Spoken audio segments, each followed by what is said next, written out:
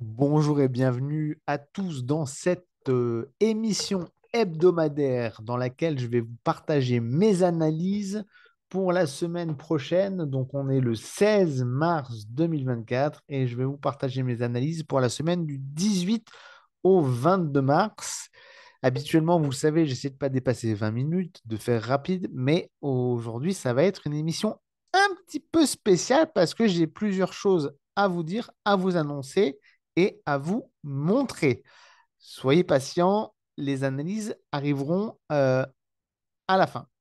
Alors, vous le savez, je m'étais lancé un défi de trading en 2024, un défi qui consistait à faire passer mon compte de 1500 à 10 000 euros au cours de l'année, ce qui correspondait à peu près à une performance mensuelle de 20%, donc ce qui est énorme. Comme je l'avais dit quand je vous avais annoncé mon défi, ça fait des années que je dis à tout le monde que 20% par mois, c'est pas possible. Alors, déjà, il faut savoir que c'est possible. Est-ce que c'est faisable? C'est autre chose. Et est-ce que c'est réalisable dans le temps? C'est encore autre chose.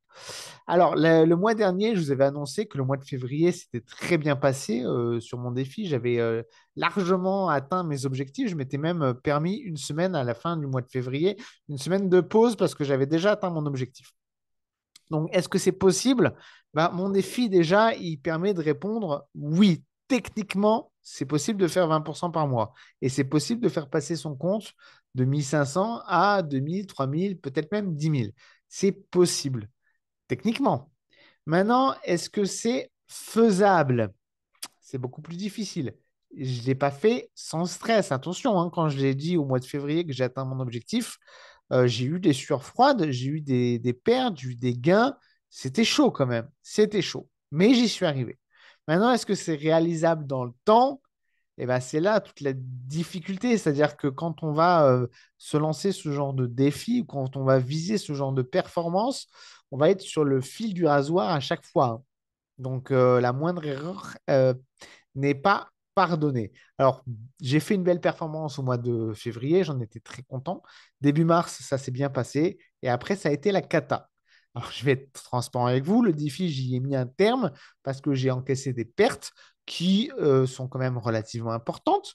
Donc, du coup, j'ai décidé de mettre un terme à, euh, à ce défi. J'ai d'autres projets pour 2024, je vous en parlerai juste après. C'est pour ça que cette vidéo sera un petit peu longue.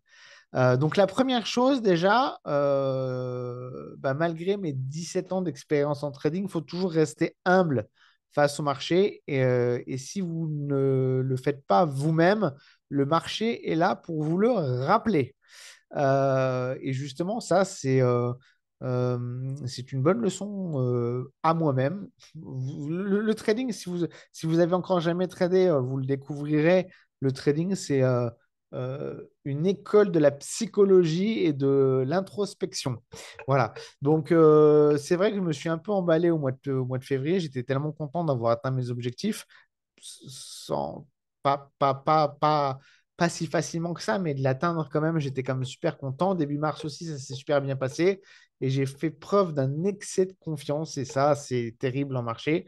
Malgré toutes les compétences, malgré toutes les connaissances que j'ai pu acquérir au fil du temps, c'est toujours la psychologie qui rattrape les traders. C'est pour ça qu'il y a des grands traders, hein, des grands traders qui ont fait la une des médias qui un jour bah, se plantent parce que bah, il y a ce côté psychologique qui, malgré toute l'expérience qu'on peut avoir, finit tôt ou tard par nous rattraper dans certains scénarios. Et là, j'ai fait un excès de confiance. Je me suis senti, faut bien reconnaître, assez content de moi et j'ai pas été humble face au marché. J'ai mis en avant mes compétences alors que c'est le marché qui dicte les mouvements, c'est pas mes compétences. Donc voilà. Autant vous dire que c'est très important en trading de toujours se remettre en question. Et si vous ne le faites pas, le marché vous y amènera tôt ou tard. Attention donc à la psychologie en trading. Je sais qu'il y a des traders qui vont vous dire ouais, la psychologie, c'est 20%, c'est pas important, etc. C'est le plus important, la psychologie en trading. Vous pouvez avoir toutes les techniques, toutes les méthodes, tout ce que vous voulez. Si vous n'avez pas la psychologie, ça ne va pas. Et ensuite, Deuxième chose, et en même temps, je vous fais une petite session de coaching en même temps aujourd'hui en faisant ce bilan sur ce défi. Ça vous permettra peut-être de comprendre certaines choses. Moi, je sais que je suis relativement bon en day trading et en scalping. Je m'en sors très bien. Toutes les stratégies que j'ai pu faire en day trading et en scalping, je m'en suis très très bien sorti, notamment dans les tournois de trading que j'ai fait l'année dernière où j'ai réussi à atteindre des positions excellentes. Et globalement, sur mes 17 ans de trading, je sais que c'est la stratégie que j'arrive à mettre en application. Et elle me convient. Je suis un bélier, je suis impulsif, je ne suis pas très patient. C'est mon défaut. Je connais mes défauts, je connais mes qualités. Et, euh, et j'écris même des articles qui expliquent qu'il faut prendre le style de trading qui correspond à sa personnalité. Et je sais que le style de trading qui correspond à ma personnalité, c'est le scalping, c'est le day trading. Toutefois, le scalping, ça prend beaucoup de temps. Je ne peux pas consacrer mes journées au trading. J'ai un travail, j'écris des articles, ça me prend du temps. Donc, je ne peux pas techniquement consacrer du temps au scalping. Le day trading, ça prend un peu moins de temps que le scalping, mais quand même, ça prend quand même du temps. Et en fait, j'ai un rêve, une volonté, une envie, un désir, c'est de réussir en swing trading, c'est-à-dire prendre des trades qu'on va garder 3, 4, 5, 10 jours, 15 jours et de prendre les grands mouvements. Pourquoi j'ai cette envie-là? Parce que ça nécessite moins de temps, ça nécessite ça engendre moins de stress, mais il faut reconnaître, je n'ai pas les compétences, j'ai envie de dire, mais pas les qualités ou pas les, j'ai pas les qualités qui sont adaptées ou la personnalité qui est adaptée à ce style de trading. Donc, à chaque fois que je tente de faire du swing trading, j'y arrive parfois au début, puis après, je prends confiance et puis après, je me plante. C'est très souvent comme ça que j'ai essayé quand j'ai essayé de faire du suivi de tendance. C'est à chaque fois comme ça que ça se termine. Je le sais, mais n'empêche, j'essaye. J'essaye, je me dis, bon, je vais adapter ma stratégie, etc. C'est pas la stratégie le problème, c'est moi le problème. Donc, souvent, ça se termine souvent pareil. Donc, première chose, il faut être humble face au marché. Deuxième chose, il faut se remettre en question, sinon c'est le marché qui le fera. Et troisième chose, c'est se choisir une stratégie qui correspond à ses besoins, qui correspond à ses envies, pas à ses envies justement pas à ses envies, qui correspond pas à ses besoins et à ses envies. Je rembobine. Choisir une stratégie qui vous correspond à votre personnalité. Et ça, c'est peut-être pour ça aussi que vous devriez vous renseigner. Moi, je propose des séances de coaching, c'est aussi pour avoir un regard extérieur. Alors, moi, je me fais cette rétrospection tout seul parce que j'ai fait ces erreurs des dizaines et des dizaines de fois. Et donc, j'ai cette capacité Voilà, mais si vous voulez gagner du temps et si vous voulez progresser en trading, c'est pour ça que le coaching, c'est pas mal. Quelqu'un qui vous dira, mais attends, toi, tu es impulsif, stressé, ça ne va pas comme style de trading. Ou toi, tu es patient, méthodique, c'est plutôt ce style de training qui convient. J'avais fait un article, j'avais fait une vidéo. Vous retrouvez la vidéo, les 5 ou 6 types de trading en fonction de votre personnalité. Vous les retrouverez parmi les dernières vidéos que j'ai faites. Ou sinon, j'ai fait aussi un article sur Café de la Bourse sur ce sujet. Ou du moins, c'est une partie, c'est un chapitre d'un très long article. Bref, quoi qu'il en soit, je rêverais, moi, de savoir faire comme font certains qui ont les qualités que j'ai pas, donc qui sont patients, méthodiques, analytiques, et qui arrivent à prendre les tendances et à suivre les tendances tout au long. Alors, on n'arrive jamais à prendre la tendance dès le début et à la prendre jusqu'à la fin, mais au moins qui arrivent à prendre 70 ou 80% du mouvement et garder des positions à long terme comme ça. Franchement, moi, ça m'impressionne parce que c'est quelque chose que je ne sais pas faire. Peut-être qu'eux sont impressionnés par mes. Quand je fais du scalping ou des trading, peut-être qu'eux n'y arrivent pas et qu'ils sont impressionnés quand moi, j'arrive à faire ce qu'ils n'arrivent pas à faire. Peu importe, quoi qu'il en soit, euh, compte tenu de mon travail qui me prend du temps, écrire des articles, enfin, je ne sais pas si vous lisez de temps en temps mes articles, j'aime bien aller très faire des articles très complets, avec des recherches très approfondies, tout ça. Ça prend du temps. C'est mon métier premier, c'est ça. Donc, on peut dire que je suis plus analyste que trader en vrai. Mais le trading, c'est aussi quelque part ce qui me motive à faire des analyses. Si on me demandait aujourd'hui de faire des articles et que j'ai pas cette implication dans ma passion du trading, franchement, peut-être ça me gaverait de faire des articles. Donc, c'est un ensemble qui va, voilà, qui se complète. Et mon idéal, mon rêve, ce serait de passer ma journée à faire des analyses et des articles et, euh, et de passer un petit peu de temps à faire du suivi de tendance et à prendre des trades que j'accompagne pendant plusieurs jours, plusieurs semaines. Sauf que, bon, bah voilà, les choses sont comme ça, on ne fait pas toujours ce qu'on veut. Moi, bah, j'y arrive pas. J'y arrive pas. Alors, c'est pas grave. Du coup, je me suis mangé des pertes. J'ai décidé de mettre fin à mon défi. J'aurais essayé. Voilà, au moins, j'aurais essayé une énième fois, une énième fois, mais ça me remet les idées en place. Mon style de trading, c'est pas ça.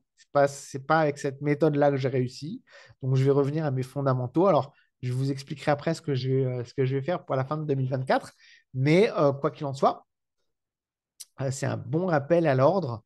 Rester humble, se remettre en question et surtout, le plus important, choisir une stratégie qui vous correspond. Là, j'ai voulu aller à l'encontre de ce qui me correspond pour avoir le confort de pouvoir écrire mes articles et trader à long terme. Et ben, ça ne me convient pas.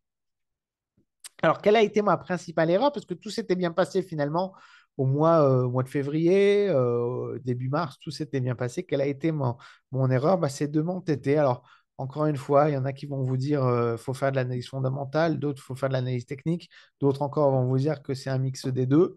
Là, je me suis entêté à tout prix sur les fondamentaux. J'ai anticipé, j'ai voulu anticiper que et je ne suis pas le seul, hein. Les marchés ont déjà commencé à anticiper ça, une baisse des taux d'intérêt. Moi, je me suis dit que ça allait arriver.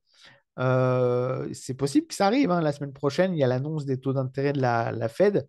C'est possible qu'ils annoncent une baisse des taux et que les marchés montent à fort. À ce moment-là, bon, bah, tant pis. Je me suis fait stopper en attendant. Mais d'un point de vue technique, tous les signaux, et je les voyais, hein, c'est pour ça qu'à un moment donné, j'ai fermé ma pause. C'est pour ça qu'à un moment donné, j'ai dit, bon, bah là, stop, je ne vais pas plus loin. Tous les signaux annonçaient un essoufflement de la tendance et un retournement. Pourtant, moi, je m'entêtais à vouloir acheter parce que je gardais en tête, je regardais même plus l'analyse technique. Enfin, je la regardais, mais je ne prenais plus en compte les signaux techniques qui m'étaient envoyés. Je regardais plus que cette histoire de taux. Sauf que bon, bah, l'inflation, elle a légèrement monté, mais elle a quand même monté dernièrement. Donc, on n'est peut-être pas du tout sur une optique de baisse des taux. Peut-être que ça ne va pas du tout se produire. En tout cas, peut-être pas du tout de suite. Donc, moi, je ne peux pas non plus encaisser des pertes indéfiniment. À un moment donné, il faut assumer son erreur et se dire, bon, bah, je me suis trompé, je prends mes pertes et je passe à autre chose. Donc, ça, c'est aussi important et ça, c'est encore une fois une grande leçon de psychologie en trading. Voilà. Donc, mon bilan, je ne ferai pas passer un compte de 1500 à 10 000 euros. J'ai touché du bout du doigt la possibilité d'atteindre ce défi. Je sais que techniquement, c'est pas possible. Je sais que c'est faisable, mais très difficilement et réalisable dans le temps, à mon avis, très certainement. Impossible parce qu'on n'a pas le droit à l'erreur. Vous voyez, pour atteindre ce genre de défi, pour atteindre ce genre de performance, ça veut dire qu'on va continuellement, finalement, augmenter son exposition, augmenter son risque, et on n'a pas le droit à l'erreur. Quand tout se passe bien, ça se passe bien, mais si on fait une erreur, elle est impardonnable. Et ça, en trading, et ça, je suis bien placé pour le savoir, on ne peut pas avoir tout le temps raison. Donc, est-ce que ce défi aurait été possible? Oui, si j'avais eu beaucoup de chance. Maintenant, voilà. Bref, pas de regret. J'ai une nouvelle approche. Alors, il me restait des sous sur mon compte. J'ai retiré une partie des sous. J'ai laissé un tout petit montant. Alors, je ne vais pas me lancer de défi cette fois-ci pour pas avoir cette pression psychologique supplémentaire de devoir rendre des comptes. Parce que finalement, en trading, l'aspect psychologique est déjà suffisamment important par lui-même que si vous vous lancez un défi, vous vous rajoutez une couche supplémentaire. Et ça, bah, du coup, pour ce que je vais faire pour le reste de l'année, il n'y a pas de défi. Par contre, je vais tester une nouvelle approche. Alors, vous savez que j'aime beaucoup le concept des propres firmes. Beaucoup en parlent. J'ai fait des articles à charge sur les propres firmes parce que malheureusement, il y a beaucoup d'arnaques dans les propres firmes. Donc ça, c'est dommage. Le concept des propres firmes, je trouve ça génial. Vraiment, franchement, s'il y avait une propre firme honnête et réglementée, mais j'irais à 200% là-dedans. Malheureusement, il y a beaucoup d'arnaques, aucune ne sont réglementées et il y a un gros manque de confiance. Moi, je n'ai pas confiance en une entreprise qui me dit je te donne 100 000 euros et je te reverse 90% de ce que tu gagnes. J'y arrive pas à avoir confiance. C'est comme si demain, on me dit je te fais un chèque d'1 million pour que tu montes ton business et tu gardes 90% de ce que tu gagnes. J'arrive pas. Forcément, pour moi, anguille sous roche. Soit dans le cas d'un business, un restaurant, à mon avis, c'est du blanchiment d'argent. Dans le cas d'une propre firme, à mon avis, c'est une arnaque. Alors, peut-être qu'il va y avoir un jour une propre firme qui va arriver, qui sera agréée par l'AMF, qui sera réglementée, qui montrera pas de blanche, qui dira, voilà, on partage les revenus à 50-50, etc., etc. Peut-être qu'à ce moment-là, je reviendrai sur mes propos, mais pour le moment, il n'y a pas de propre firme, à mon sens, qui permette d'offrir un niveau de confiance suffisant pour que moi, j'y consacre du temps. Je ne parle même pas de l'argent, je parle du temps. Donc voilà. Donc, qu'est-ce que je vais faire? J'ai laissé une toute petite somme vraiment ridicule sur mon compte de trading. Ça, encore une fois, c'est l'avantage des CFD. Je sais qu'il y en a beaucoup qui vont dire ah, CFD, c'est pas bien.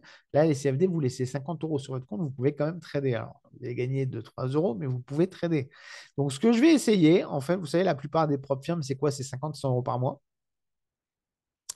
Donc, je vais essayer de développer une méthode que je proposerai après, j'expliquerai. Là, je suis en train de la travailler, cette méthode. Donc là, pour le moment, je suis juste au début, mais je vais essayer de développer une méthode pour contrer les propres firmes, pour vous montrer finalement, mettre 50 ou 100 euros par mois dans une propre firme pour espérer gagner beaucoup. Finalement, c'est peut-être pas la meilleure solution. Finalement, peut-être qu'en allouant cette même somme de 50-100 euros par mois, on peut quand même peut-être réussir à faire quelque chose en trading. Donc ça va être, alors j'ai pas envie de dire défi parce que je me lance même pas de défi. Je vais essayer de développer une méthode et abonnez-vous à ma chaîne YouTube parce que cette méthode, si j'arrive à la faire fonctionner, je la partagerai gratuitement avec vous. Donc l'idée, ça va être ça va être de mettre 100 euros sur un compte et tous les mois de rajouter 50 euros. Donc, comme je le ferais avec une propre firme, hein, ou une propre firme, vous payez des fees à l'entrée, c'est 80, 90, 100, 150 euros à l'entrée. Après, vous avez un abonnement très souvent. Et ben, c'est de répliquer, et c'est ça l'idée que je vais essayer de me mettre en place, c'est de trouver une méthode. euh, alors, ça ne sera pas du swing trading, hein, je ne vais pas faire deux fois la même erreur. Je vais plus m'orienter vers du day trading, je pense, peut-être même du scalping, en tout cas du day trading. Alors, je ne pourrais pas traiter tous les jours hein, parce que je n'ai pas non plus. Voilà, il faut quand même pas que ça pénalise non plus mon travail. D'ailleurs, ça, c'est indispensable si vous vous lancez en trading et que vous le faites en plus de votre activité principale. Il ne faut pas que ça pénalise votre activité principale. Il ne faut pas que ça pénalise quand même ce qui vous fait rentrer un salaire. Mais je vais essayer du coup voilà, d'y aller petit à petit et de voir qu'est-ce qu'on peut arriver à faire au bout d'un an si on commence avec une petite somme et qu'on rajoute 50 euros par mois sur son compte de trading. Qu'est-ce qu'on peut arriver à faire au bout de 12 mois? Est-ce qu'on peut dépasser les résultats qu'on aurait obtenus avec une propre firme? Voilà. Ça va être, alors, ce n'est pas un défi, je le précise. Je vais plutôt être un cobaye et tester une méthode pour parvenir à voir si finalement on ne peut pas, avec son propre argent, arriver à faire mieux que les propres firmes. Voilà. Allez, on va passer côté analyse. Alors, aujourd'hui, on va bien sûr analyser l'euro-dollar, le Bitcoin, l'Ethereum, le Nasdaq, le S&P, le Dow, le CAC, l'or et le pétrole, comme d'habitude, sur Pro Real Time. Mais je vais aussi vous montrer quelque chose qui est assez intéressant parce que du coup, ça fait quelques mois maintenant que enfin quelques mois, un mois et demi, un peu plus d'un mois et demi que je trade sur la plateforme de capital.com et j'ai découvert des choses intéressantes que je vais vous montrer aussi. Voilà, voilà, on va passer à ici. Ah zut, partage d'écran, j'ai fermé Pro Real Time, je me suis trompé. Partage d'écran, donc du coup, ici. Euh, voilà. Écran 1. Voilà, normalement, vous devriez voir mon écran. Alors, on va commencer par une analyse de l'euro-dollar en daily. Alors, l'euro-dollar, ce qui s'est passé cette semaine, c'est qu'on est allé travailler cette zone de résistance. On n'a pas réussi à la casser. On a directement baissé pour aller chercher ici cette zone de support que j'avais tracée Hein, vous savez, il y a les niveaux qui sont tracés automatiquement, mais là, moi, j'avais tracé cette zone en plus sur le graphique et on est directement allé s'arrêter dessus. Donc, qu'est-ce qui pourrait se passer au cours de la semaine prochaine? Bah, peut-être qu'on pourrait là, en tout cas, c'est ce qui semble se dessiner. C'est un rebond pour aller peut-être chercher les 1,0950. Maintenant, attention, on pourrait aussi faire une cassure et aller chercher les 1,08. Donc là, à l'ouverture lundi, enfin dimanche soir, ce qui sera intéressant de voir, c'est si ce niveau de support tient. S'il tient, bah, peut-être qu'on peut revenir sur les 1,0950. S'il ne tient pas, ça sera direction les 1,08, voire les 1,06. Bon, les 1,06, voire même ici les 1,07. Mais en tout cas, premier objectif, ce sera ici 1,08. Regardons ce que nous trace les canaux de tendance. Donc un canal de tendance baissier, un canal de tendance haussier qui se croisent ici en fonction de l'horizon de temps. Bon, on voit ici que le point, hein, ce point-là, il a été crucial. On est allé le toucher, on est reparti. Bon, intéressant de voir aussi ce qui s'est passé au niveau des canaux de tendance. Au niveau du Bitcoin, alors le Bitcoin, ça, on a, quelle folie le Bitcoin. Depuis qu'on a cassé ici les 48 000 et après qu'on a cassé ici les 52 000, donc quand on a cassé, ceux qui ont réussi à se positionner sur la cassure ici des 48 000, franchement bravo, parce qu'on a fait quoi? On a fait 50% de gains suite à la cassure. Donc, on est passé de 48 000 à presque 74 000. Donc, ici, ceux qui ont pu se positionner, c'était très beau. Ensuite, moi, le niveau que je surveillais, si vous avez suivi mes analyses, c'était ce niveau de 52 000. D'ailleurs, niveau que j'ai loupé hein, fin février. Ça a été, je pense que ça a été aussi un des facteurs qui m'a frustré et impacté psychologiquement et ça a beaucoup impacté par la suite. C'est que au moment où moi je traitais les bitcoins, j'ai tradé ce canal, etc. Et la seule semaine où je m'autorise une semaine de pause, paf, on fait une cassure et le truc s'envole à perte de vue. Bon, ça fait partie du trading. Il y a qu'à moi que je peux en vouloir. J'ai décidé de prendre cette semaine de pause. Bon, bref, c'est le contexte qui est comme ça. En tout cas, quand on a cassé les 52 000, ça a été une accélération sans fin. Et ici, on a eu ce niveau à 62 000 qui a fait résistance, qui a freiné la hausse et qui a après joué au rôle de support. Hein. Donc, on a ici, je ne l'ai pas tracé, mais je peux le tracer. Ici, ça a freiné la hausse et après, on a cassé, on est revenu chercher. Et là, on fait un peu la même chose, c'est-à-dire qu'on a le niveau des 67 000 qui a freiné la hausse, qui a cassé, qui a refait office de support. Donc là, qu'est-ce qu'il va falloir surveiller pour cette semaine à venir, voire ce week-end, parce que je le rappelle, les cryptos sont ouverts le week-end. Niveau des 67 000, bon, bah, ça va être un niveau très important. Là, il a vraiment fait office de support. On est reparti à la hausse. On est parti presque sur les 71 000, 72 000 quasiment hier, alors qu'on avait fait vraiment une forte baisse. Là, on est reparti un peu à la baisse, donc on va surveiller. Soit on se positionne à l'achat sur ce niveau de support en espérant revenir sur les 74 000 et peut-être même les casser pour les 80 000, voire les 100 000, les fameux 100 000 tant attendus. Soit ça casse ici à 67 000, ce qui n'est pas exclu. Il faut quand même garder là, ce serait trop tôt pour se positionner. Mais en tout cas, on va surveiller ces 67 000. Si jamais il y a cassure, ben, on pourrait revenir à 62 000. Et si les 62 000 cassent, là, c'est retour sur 50 000. Hein. Donc, ça serait une forte, forte correction. Maintenant, on le voit, la hausse, elle est quand même super violente. Donc, ici, là, le 5 mars, on a eu cette bougie qui a fait forte correction. On a la même bougie ici, le 15 mars, 10 jours après, qui fait forte correction. C'est des scénarios qui se ressemblent un petit peu. Et attention, c'est pas parce que ça se ressemble que ça va se reproduire de la même façon. Mais si on venait à rebondir vraiment et à pas casser ce niveau des 67 000, on pourrait prendre appui pour repartir. Là, on était passé de 64 à 74.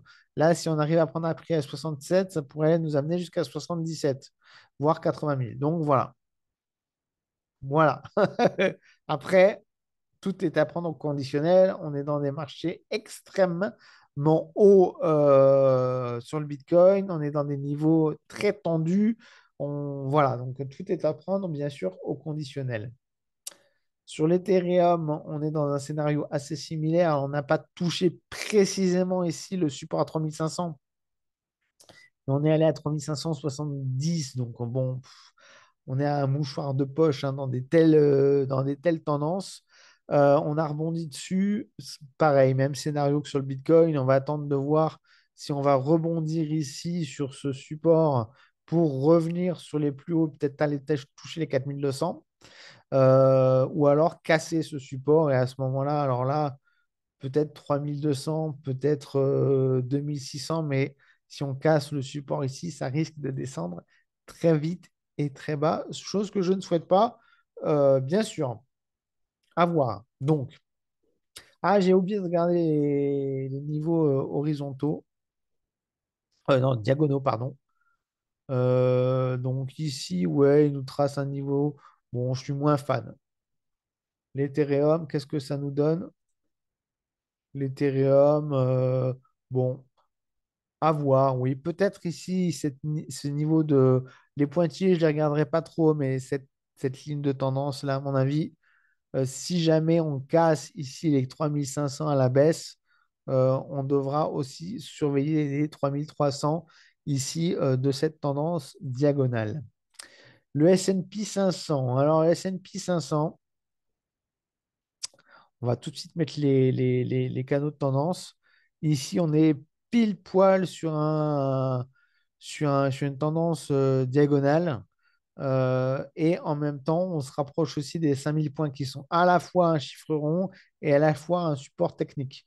Donc, bien sûr, ce qui a créé cette baisse, c'est l'inflation. Alors, il y a eu deux facteurs hein, qui ont empêché le S&P 500 de monter plus haut que ce niveau ici qu'on a, sur lequel j'ai positionné ma souris à 5178, qui constitue le plus haut historique, même 5200 quasiment le plus haut historique. Mes niveaux de résistance, c'est le chômage qui n'est pas brillant. On a une hausse du chômage aux États-Unis et on a eu une hausse de l'inflation qui, euh, qui crée beaucoup d'inquiétudes parce que jusqu'à présent, l'inflation était en baisse aux États-Unis, tout se passait bien, l'économie se, se remettait bien et on anticipait potentiellement une baisse des taux d'intérêt, mais là, c'est remis en cause. C'est remis en cause. Alors, je pense quand même que ça devrait quand même arriver, mais c'est plus aussi certain que ça pouvait l'être il y a encore quelques semaines. Donc, qu'est-ce qu'on va faire sur le S&P 500? Ben, on va attendre d'arriver sur les 5080 ici sur le support vert. Soit on se positionne à l'achat pour aller rechercher les plus hauts, soit il y a une cassure, on va chercher les 4950. Et si les 4950 cassent à ce moment-là, on pourrait carrément revenir sur les 4800. Euh, j'ai même pas regardé ici les temps. Oui, si je vous disais, ici on est sur une diagonale aussi, hein, donc intéressant. Ici, le Nasdaq. Alors, le Nasdaq, on a déjà. Alors, il est tracé en pointillé. Si vous avez regardé la vidéo que j'ai fait hier avec le responsable, avec l'un des responsables de Pro Altime, pointillé, c'est parmi les supports les moins importants. N'empêche, il est quand même là. Il a quand même toute son importance. Moi, je le suivais depuis plusieurs jours. Si j'ai fermé ma position, ma perte, on revient à ma fameuse perte, c'est parce que voilà, moi j'ai acheté le Nasdaq ici.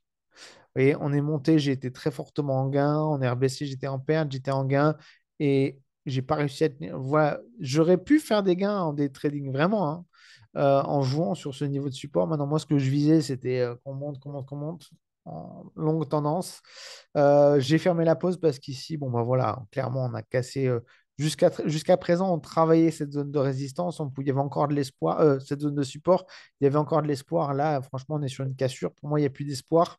Pour moi, c'est potentiellement, voilà, on est en direction là du prochain support à 17 500, voire même à 16 600. Donc là, on est reparti sur une baisse. En plus, on est vraiment sur, voilà, sur des résistances qui n'ont pas réussi à être franchies. Toutefois, on n'est jamais à l'abri, on ne sait jamais ce qui pourrait se passer. Il y a quand même la semaine prochaine, ici, si je vais sur mon calendrier économique, la semaine prochaine, next week, donc l'inflation. Ah non, ça c'est l'inflation anglaise, pardon. L'inflation, on a déjà eu les chiffres cette semaine. L'inflation américaine, mais non, on va avoir les décisions de taux d'intérêt, le FOMC et la conférence de presse de la Fed mercredi prochain. Donc, d'un point de vue technique, là, tout peut changer, hein. Si on annonce une baisse des taux, voilà, le marché va clairement, à mon avis, s'envoler. Maintenant, bon, je pense pas qu'on va nous annoncer une hausse des taux. Si c'est une hausse des taux, là, ça va plonger fort. Mais même s'il y a pas, même si on est sur un statu quo, à mon avis, on est quand même en direction des 17 500. Donc, surveiller ces niveaux-là. Potentielle zone d'achat à 17 500, potentielle zone d'achat à 16 600, 16 500, et objectif à 17 000, 18 000 et 18 300 pour notre ami le Nasdaq. Et ici, si je trace les canaux de tendance, et ça, je- en général, je ne les regarde pas les canaux de tendance, mais peut-être je devrais y prêter plus d'attention parce que franchement, voilà, c'était là, si j'avais pu les tracer et les voir, ces canaux de tendance, peut-être que je serais allé prendre mes bénéfices et pas attendre qu'on aille chercher plus haut. En tout cas, ici, non seulement on a cassé la résistance à 18 000 à la baisse, mais en plus, on a cassé ici ce canal de tendance. Donc voilà, franchement, là, on a les niveaux horizontaux et les niveaux diagonaux en diagonale qui se rejoignent. Ici, ça se rejoint sur ce point précis-là, sur cette cassure. Les deux se rejoignent sur cette cassure et les deux se rejoignent ici. Donc, potentiel, enfin, je pense que ça peut être 17 000 ici, 17 500. On arrive sur le niveau horizontal et le niveau diagonal. Ça peut être un très bon niveau d'achat si tout se passe bien au niveau des fondamentaux. Allez, on va accélérer parce que là, ça dure, ça dure, ça dure. Bah, le Dow Jones, on continue à évoluer dans ce trading range entre 39 100 et 38 500. Donc, tant qu'on n'a pas cassé à la hausse ou cassé à la baisse, on peut s'amuser à jouer les allers-retours dans le trading range. Maintenant, si ça casse à la baisse, ça sera direction ici au moins les 37 300. Voilà, affaire à suivre. Ici, qu'est-ce que ça donne au niveau des diagonales? On est quand même sur le bas d'un beau canal diagonal ici, donc peut-être qu'on pourrait aller rebondir encore au moins une fois dans le canal, dans le trading range. Vous voyez, ce trading range ici et ici, là, on est dans le bas du canal, donc on pourrait rebondir encore une fois. Là, on est à la croisée des chemins aussi, hein, j'ai envie de dire, sur le Dow Jones. Allez, on accélère le CAC 40. Alors, le CAC 40, on est finalement sur des plus hauts historiques qu'il n'y a pas grand-chose à faire d'un point de vue support-résistance. N'empêche, ici, si on regarde, si on zoome ici, là, franchement, euh, d'une part, on a cette diagonale qui arrive ici, et en plus, on a deux bougies ici qui sont quand même signes d'un essoufflement de la tendance, hein. Je ne veux pas dire les 8200, c'est peut-être, moi, quand je vois deux bougies comme ça, je me dis, on est sur un gros, gros essoufflement, un gros échec des acheteurs. Là, les acheteurs ont peine à faire monter le marché. En plus, il y a cette diagonale. On pourrait revenir sur les 8000, voire sur les 7900 points, je pense. Je pense. C'est pas dire que c'est ce qui va se passer. J'ai pas de boule de cristal, je vous le rappelle. Le DAX. Le DAX, scénario assez similaire où on a quand même des signes de faiblesse sur la hausse. En diagonale, on a aussi ici atteint bon, possiblement un retour vers ici, 17 600, voire 17 300. Ne serait pas totalement fou maintenant.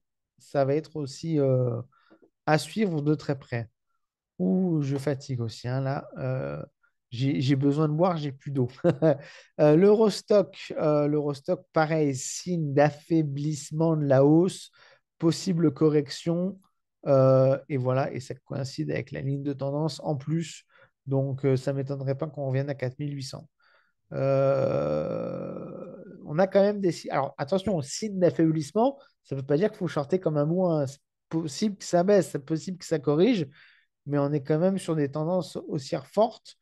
Mais il y a quand même, voilà, à mon avis, avant que ça poursuive la hausse, il va y avoir des prises de bénéfices, je pense. L'or, c'est pareil. L'or,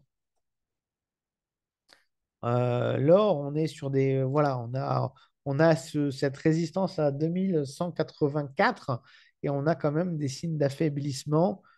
Ici, là, vous voyez ce plus haut, là, à 2150.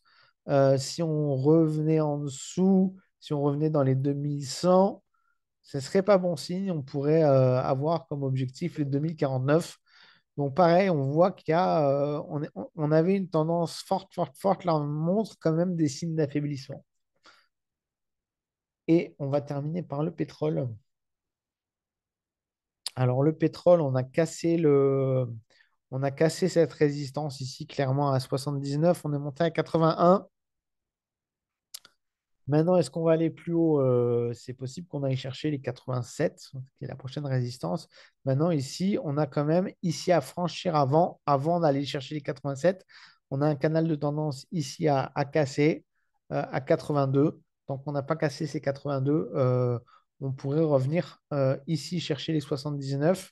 Donc, on pourrait revenir. Vous voyez, franchement, c'est assez propre. Enfin, je ne sais pas si vous avez la même lecture que moi, mais l'outil nous trace les tracer automatiquement. Maintenant, la lecture, après, chacun l'interprète. Mais sincèrement, ici, je vois bien qu'on a freiné sur ce canal de tendance diagonale. Donc, je verrais bien, moi, ici, un retour sur les 80. Peut-être même un retour sur les 77. Mais en tout cas, il faudra casser ces 82 avant d'espérer aller à 88. Ouf, je me suis essoufflé, j'ai soif, j'ai soif, j'ai soif. On va fermer pour all time. Calendrier économique, ce qui va le plus important la semaine prochaine, ça va être les taux d'intérêt de la Fed. On va avoir aussi les taux d'intérêt, l'inflation anglaise et les taux d'intérêt anglais qui vont être importants, bien sûr. Et alors, ce que je voulais vous montrer, et je voulais conclure là-dessus, c'est que vous savez que je trade sur capital.com. Ce n'est pas mon courtier de premier choix, mais franchement, j'ai découvert un bon courtier, un courtier intéressant. Alors, vous voyez, j'ai laissé une toute petite somme sur mon compte, 44 euros. On va voir. C'est mes premiers 50 euros du mois. On va essayer de rajouter 50 euros tous les mois. On va voir ce que ça donne. Mais ce que je voulais vous montrer, c'est qu'on a ici des informations qui sont assez intéressantes qui nous sont données par capital.com. Donc, on a les actions les plus traitées. On voit que Nvidia, Tesla et Coinbase sont les actions les plus traitées. Après, il y a AMD, Mara, je ne sais même pas ce que c'est, à vrai dire. Marathon Digital Holding, j'avoue que je ne connais pas. En tout cas, on a Nvidia qui est la plus traitée, Tesla, voilà, c'est intéressant. On a les crypto-monnaies les plus traitées aussi, le Bitcoin. Le Ripple est plus traité que l'Ethereum, c'est intéressant. Après Dogecoin et Solana. Sur le Forex, les paires, c'est l'euro-dollar, le dollar-yen et GBP-USD les plus traités. Sur les matières premières, c'est l'or le plus traité, ensuite le pétrole, ensuite le gaz naturel. C'est intéressant. Et c'est le WTI qui est largement plus traité que le Brent. Parmi les indices, on a ici le Dow Jones, le Nasdaq, pardon, qui est le plus traité. Ensuite, le Dow Jones, le DAX et le S&P. Vous voyez, j'aurais pensé que le S&P était plus traité que le Nasdaq. En tout cas, qu'il serait plus traité. Je pensais sincèrement que ce serait plus traité que le Dow Jones. Après, on a les obligations. Alors, bon, ça, je ne traite pas du tout. Mais c'est assez intéressant. Et du coup, alors ici, ça ne m'intéresse pas d'avoir ça. Je vais changer le graphique. Je vais mettre le. Voilà. Marathon Holding, je ne sais même pas ce que c'est. Mais par contre, ce qui est assez intéressant ici, c'est qu'on a aussi des informations ici. Ici, par exemple, sur l'or, on voit les pourcentages d'acheteurs, de vendeurs sur le marché. Donc, c'est assez intéressant. On a 49%, donc on est à 50-50 hein, quasiment sur l'or. Sur le pétrole, on est aussi à 50-50. Sur l'euro-dollar, on a quand même 62% d'acheteurs, nettement plus d'acheteurs que de vendeurs. Sur l'Ethereum, alors 91% d'acheteurs. Alors autant dire que sur l'Ethereum, on corrige un peu, ça va vraiment piquer pour beaucoup. Pareil, le Bitcoin, 84% d'acheteurs, ça va piquer si ça corrige. L'Eurostock, on est 60-40, le CAC, on est 50-50. Le... Ici, on est à 69% d'acheteurs sur sur le Nasdaq. Oui, c'est ça, sur le Nasdaq. Donc, c'est intéressant. Franchement, c'est intéressant. On peut regarder les cryptos aussi, le Ripple, 97% d'acheteurs. Vous voyez ici ce sentiment de marché. Je sais qu'il y a des traders qui l'utilisent beaucoup et peut-être que je devrais plus me focaliser dessus moi aussi. Voilà, en tout cas, bon, vidéo un peu plus longue que d'habitude parce que je vous explique, je vous ai fait un peu le point sur mon bilan de trading. Je vous ai donné quelques tuyaux. Euh, c'est presque une séance de coaching que j'ai fait et analyse. Maintenant, je vais aller me reposer et je vais vous souhaiter un excellent week-end et une très bonne semaine de trading à tous.